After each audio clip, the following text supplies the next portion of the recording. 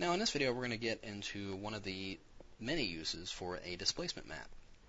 And basically a displacement map is a grayscale image that Photoshop uses to distort another image. So here I have an image of this water, the horizon and everything, and I've got some text here, and what I want is to make it seem as though this text is actually reflecting in the water here, like it's sitting on top of it, but reflecting on top of the water. But it needs to distort with the water. It has to have that kind of liquid distortion to really make it look like it's really reflecting. And we're going to do that using a displacement map. But first, I have to make the displacement map itself. So I'm going to turn this layer off. And with this layer active, I'm going to go under Image to Duplicate. I'm just going to create a duplicate of this image. And I'm going to go under Image again. This time we're going to go under Mode to Grayscale. And it's going to ask me if I want to flatten it. I'm going to go ahead and say yes. And there I have a grayscale image. Now all I'm going to do here now is just save this. We'll do Save As.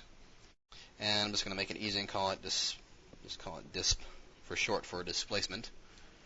And it needs to be saved as a PSD file. So we'll do this, save it as Photoshop to my desktop. And let's hit save there. And I'll just close it. So there, I've saved my displacement map. So now I'm going to go and work on my text here. Now the first thing I want to do is actually give this text a little style to it. So I'm going to double click on my layer icon here. Bring up my layer styles. I'll apply a bevel. I'm going to change it up a little bit here. I'm just going to click off my global light switch there. I'm going to change the gloss contour to this one right here. And there we go. Gives it a little bit more shape and dimension to it. So now let's hit OK. Now I'm going to make a duplicate of this layer.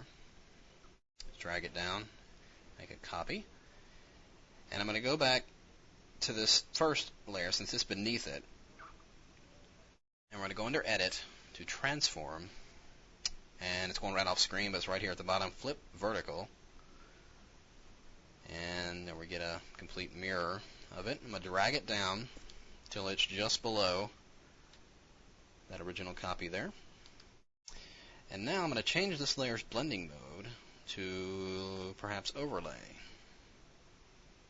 Not quite what I want. Let's do hard light.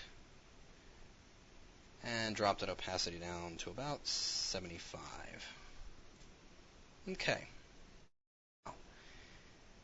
We're going to go ahead and apply our displacement map. So with that layer active, we're going to go under Filter, go to Distort, Displace. Now, before I continue, I just want to make sure that when you're going to apply a displacement map in a case like this, you need to make sure that your displacement map image is the same size as your image that you're working on. Otherwise, the displacement is going to be positioned very differently than what you want it to be. So just make sure that your images are the same dimensions and resolution, of course. So here I can actually apply my settings for my displacement. I can change the horizontal scale, vertical scale, and this basically is telling how many pixels I want it to distort my image based on the file I'm using. And this can go anywhere from 0 to 255 levels of gray. So you can just really blow the distortion out, or you can keep it very subtle, which is what I'm going to do here. I'm actually going to leave these both at 5. I may increase the horizontal just a little bit. Let's make it about 7, since the water itself is kind of more going horizontal than it is up and down. So, and we'll leave stretch to fit and that wrap around on there. And when I hit OK, it's going to bring up this open window, and it's telling me to go find a displacement map. So on my desktop, there's that file I saved. So we'll just click on that and click Open. And when I open it, it's going to go ahead and apply that distortion to this layer. So when I hit Open, you'll see what happens. There it has gone ahead and distorted it, and it looks pretty good. And of course, if I didn't like it, let's say if it didn't distort it enough, or maybe it distorted it too much, I could simply undo it, go back into the displacement window, change those numbers until I get the setting that I like. Now the last thing I need to do is on this layer, I'm going to create a layer mask right here. Go and get my gradient tool and make sure we're going from black to transparent.